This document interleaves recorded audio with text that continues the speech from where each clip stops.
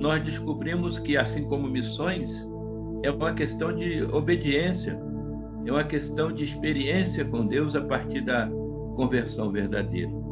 Mas quando nós voltamos a nossa atenção para o Senhor Jesus, eu vejo que há uma relação direta de salvação com oração. Há uma relação que não se pode separar. Por exemplo, nós observamos que o nosso Senhor Jesus é o nosso mestre, o nosso exemplo. Ele, em sua missão, sempre lançou mão da oração. E é interessante nós observarmos que quando, lá em João, no capítulo 1, ele vai nos dizer que o Verbo se fez carne e habitou entre nós e vimos a sua glória, glória como do unigênito do Pai, não é? Eu vejo que na Bíblia a maior glória é este relacionamento do Pai com o Filho, através do agir do Filho, onde nunca se fazia ausente a ação do Pai, a ação do seu Santo Espírito. Como responsável por buscar e salvar os perdidos, essa missão maravilhosa, nós observamos o que nós podemos compreender no dia a dia da nossa vida. Quando um empreendimento, quando alguma coisa tem 2 donos ou 3 donos ou responsáveis diversos, um não pode agir sem o outro, um não toma decisões sem o outro.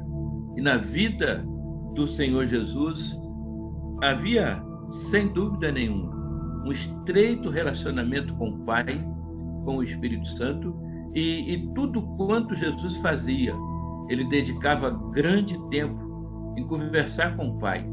Certamente é um dos mistérios que nós aprendemos.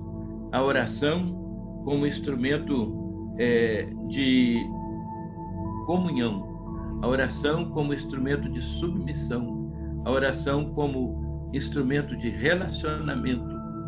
Então nós observamos que em João, capítulo 17, já era o findado ministério de Jesus na terra. E ele havia, logo no começo, ensinado a orar, principalmente na questão da oração privada, particular, né?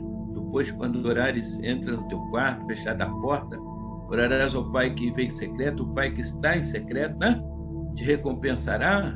Ali dava uma oportunidade para a pessoa derramar o coração, dá oportunidade para a pessoa demonstrar na privacidade, a intimidade, e não precisa ter nenhum tipo de receio, porque o Pai vê e o Pai recompensa.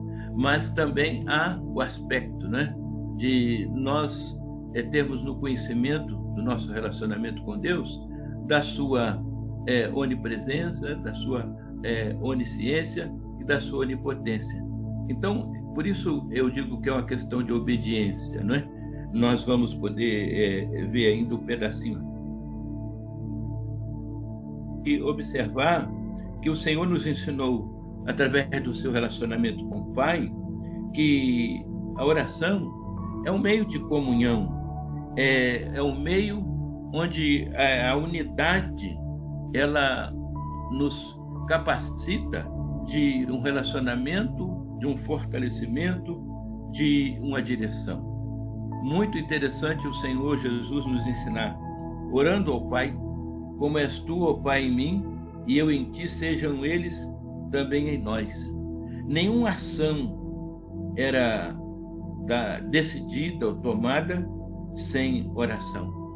O Pai que me enviou está comigo, disse o Senhor Jesus. Na salvação, esta é a garantia que temos da sua presença, da sua orientação, da sua direção.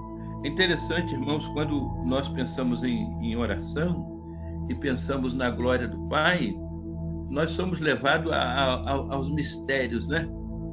por exemplo, quando Paulo, escrevendo aos Efésios, nos fala da salvação, porque pela graça sois salvos mediante a fé, isso não vem de vós, é dom de Deus.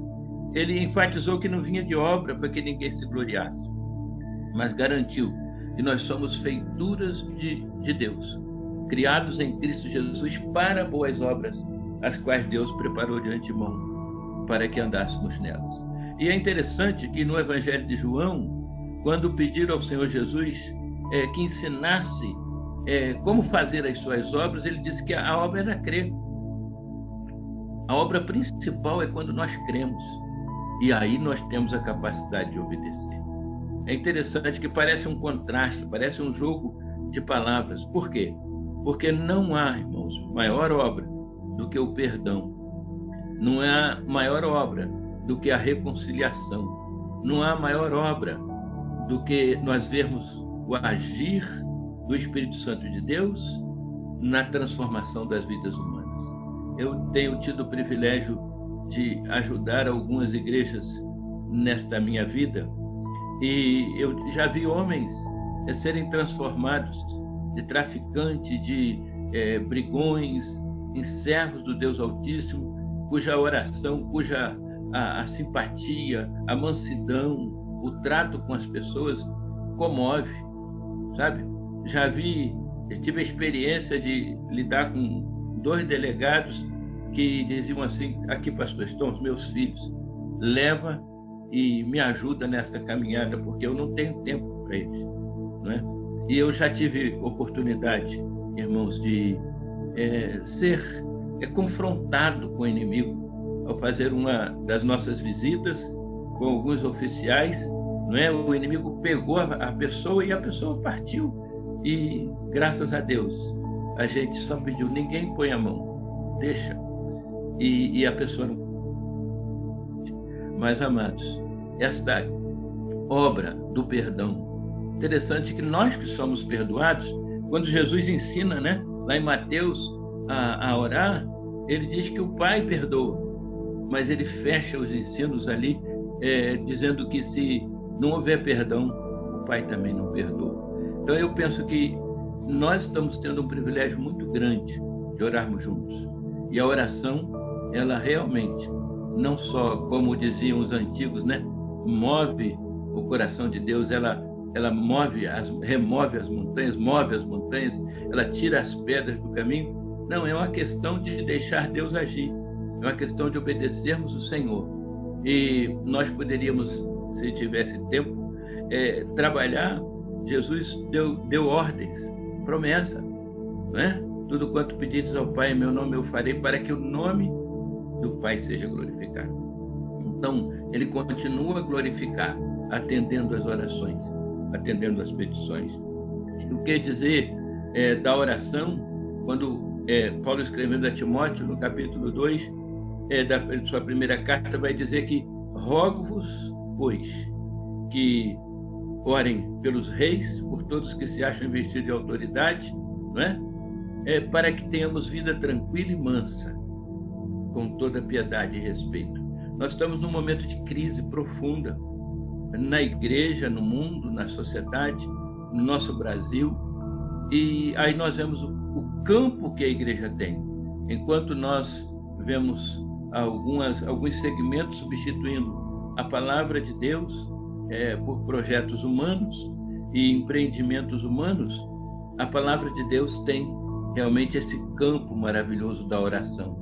Nós temos autoridade para intervir pela oração, para mudar as situações pela oração, para fazermos com que realmente a mão de Deus atue naqueles que estão no comando, para que os cá embaixo na pirâmide sejam alcançados. Então, irmãos, nós poderíamos também pensar, quando nós falamos da aflição, do sofrimento, da dor, e eu tenho visto isso em alguns colegas, perdemos agora o Jorge, há pouco tempo passamos um período grande pelo Flávio, sua esposa, que trabalharam conosco na 12ª, perdemos a esposa, não, ganhamos, né? Ela foi para o Senhor Jesus, mas vejam bem, o Jorge também foi para o Senhor Jesus. Quando Jonas estava lá no ventre do peixe, e estava aflito porque ele ia morrer, dali ele gritou e ele clamou ao Senhor, e o Senhor